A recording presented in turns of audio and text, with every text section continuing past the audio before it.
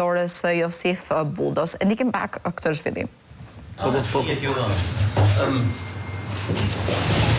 I was here during 3 years, from 87 when I opened the embassy until July 1990 when my embassy went down into physical ruins, and not only the embassy building went into ruins, but all the relations which I had tried to build with the Albanian people, with the society, with the intellectuals, all that seemed to be lost. Por edhe jo vetëm në ambasadën shkatërore, por edhe relatat dhe marrëdhëniet tona me intelektual, me shqiptarët duket sikur humbën. But on the contrary, it was the birth of something beautiful and new. Përkundrazi, ishte diçka shumë e bukur dhe e re. It was the birth of freedom. I would not say of democracy in Albania, but it was the birth of freedom. Por ishte lindja e lirisë. I had a hand in it. Unë kam jetuar në to. A hand, but I was not the real person who effectuated that change. Those who affected it were the Albanians, the Albanian people, population, yeah, and especially the youth. But I think also quite a number of intellectuals were as powerful movers of the change as were those who made that revolution.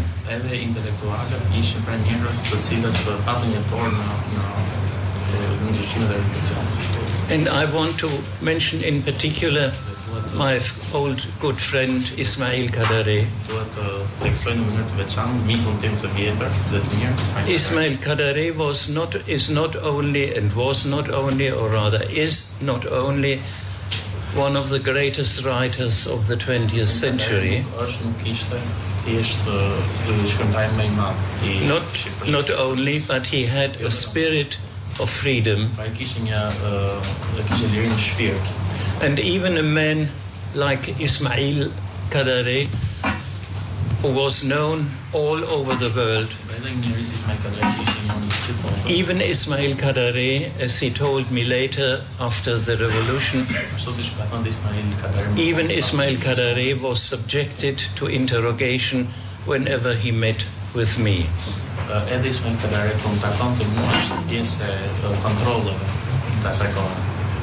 A regime which suspects even its greatest intellectuals is bound to fall. And I'm glad that I had a small hand in this process. I loved Albania. I loved the country, the beautiful nature, the mountains, the sea, particularly your historic places, the Byzantine churches,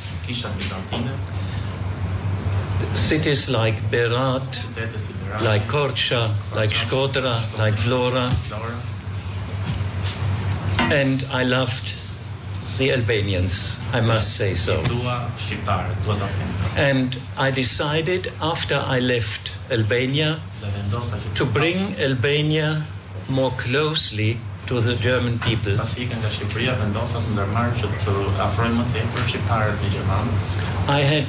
I was a diplomat, but I also was a professor at the university, and I was a curator at a big German museum. And I organized a comprehensive exhibition on Albanian history and Albanian art, which was shown in 2001 in Munich. Jam munduar të promovoj historinë e Shqipërisë, artin e Shqipërisë, dhe kështu kam bërë me një ekspozitë në Unik. It had 32,000 visitors. 32,000 vizitorë. And it moved from there to Vienna, to the Kunsthistorisches Museum, U zhvendos nga aty në një muze në Vjenë. where it was again a big success. Dhe sërish ishte një sukses shumë i madh. And people were attracted Dhe njerëzit ishin të tërhequr by the core of my exhibition, which was the great art of the icons of Albania, many from the museum in Berat, nga mënyra e ndërtimit të exhibition, pra të ekspozitës. the heart of it, Veçanërisht pjesën e ikonave from various museums, from Tirana, from Berat, and from other museums. dhe muzeet të tjera. But I also reconstructed traditional scenes of the countryside with traditional costumes with the help of the curators here from the National Museum. Unë gjithashtu rindërtova pjesën e artit, veshjeve dhe gjërave tradicionale nga mendimën e kuratorëve nga Shqipëria. And I'm very proud that I was able to bring some of the beauty of Albania, which I loved so much, to the German people. Dhe jam shumë i lumtur që arrita që të sjell disa nga bukuritë e Shqipërisë që unë dua kaq shumë për popullin gjerman. And I got this order from the then president for the exhibition. Nga presidenti për këtë ekspozitë që më marrë.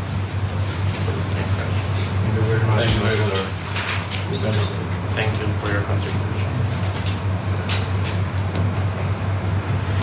Once again, Ambassador, I'd like to thank you for your very, very special role that you have had.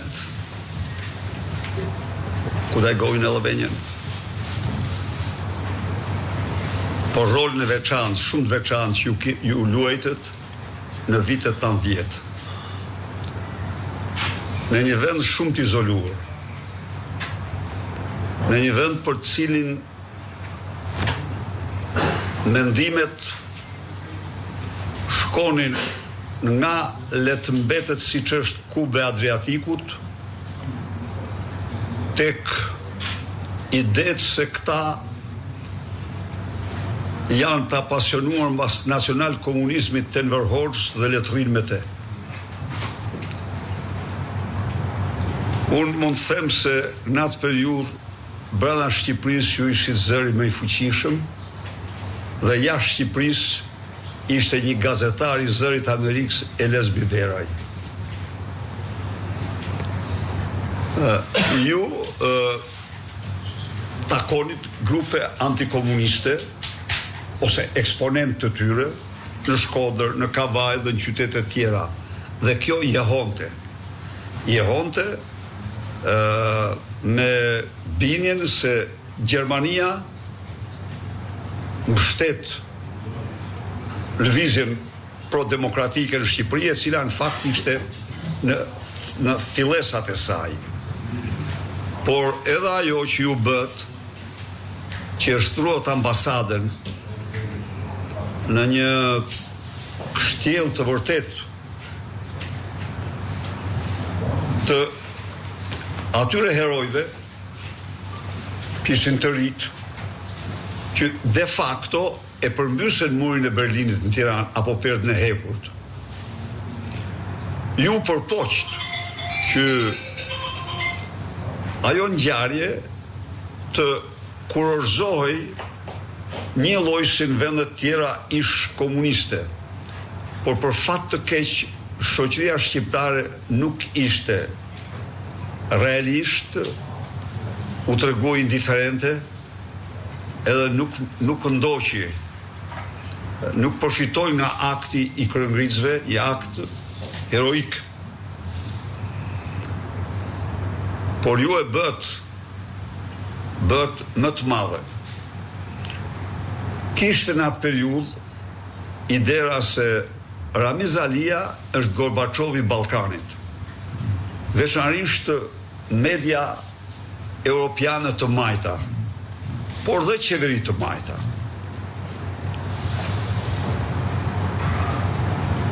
Në fakt, ai ishte shumë interesant si person. Një javë ishte Gorbačov dhe sillej si Gorbačov, javën tjetër ishte Brezhnev dhe ja kalonte Brezhnevit. Do t'u jap një shembull. Themeluan Partinë Demokratike me 12 dhjetor, me 11 dhjetor. Do me thanë, mblodhi plenumin dhe e pranoi pluralizmin. Me 21 dhjetor mblodhi konferencën kombëtare të Partisë Punë Shqipërisë, ku deklaroi se marksizëm-leninizmi jo vetëm kaq, po do t'jetë përjetë ideologjia e Partisë Punës. Mirë po, marksizmi dhe opozita nuk pajtohen. Në doktrinën marksiste opozita është armike për t'u zhdukur. Dhe ky ishte ajo ambiguiteti i tij.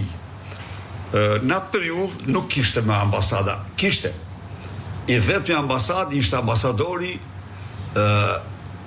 hungarez, se ambasadat ishin në merremetim, mas ngjarje, mas korrikut, u futen shumë prej tyre në rinërtim. Dhe i vetmi ambasador ishte ambasadori hungarez, i cili vinte tek ne. Vinte tek ne dhe lajmet kush i jepte tani për ne, përveç zërit Amerikës, i jepte radio e Hungarisë. Radio, pastaj avash fillon të ashtu. Por ju keni luajtur një rol shumë të rëndësishëm, shumë të rëndësishëm, edhe ju kanë shumë nga aktivistët dhe as të atyre viteve në Shkodër dhe kudo kanë folë për inkurajimin që ju bët atyre në lëvizjet e tyre. My parents were both resistants to the Nazi regime in Germany. And my mother paid very dearly. She was imprisoned because she protested publicly against the persecution of the Catholic Church.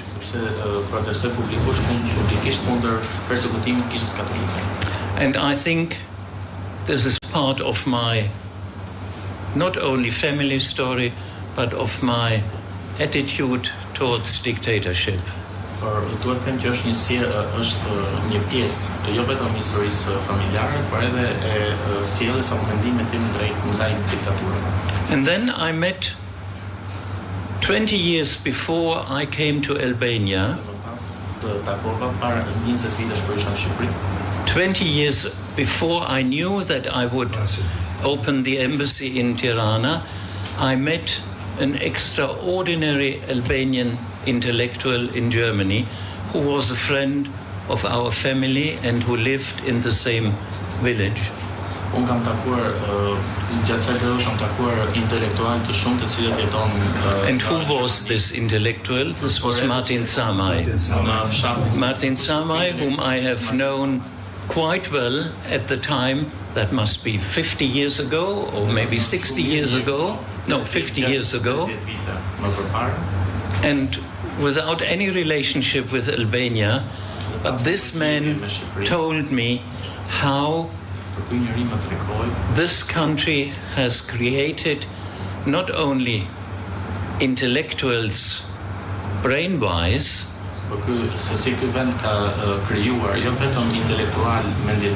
but also people possessing a profound sense of humanity, of literature, of poetry, of all what is important, what is really important in human life. Për të cilët jo vetëm janë intelektuale, kanë pasur edhe një shpirt apo një ndjesi shumë të lartë të poezisë, artit, kulturës, por edhe të humanitetit brenda shpirtit të tyre. Yeah, faleminderit. Yeah. Thank you very much. Yeah, thank you. Yeah. Congratulations. And thank you for the diploma. Kemi ndjekur kështu edhe këtë zhvillim që vjen nga Bashkia e Kavajës, atje ku kanë mbajtur fjalën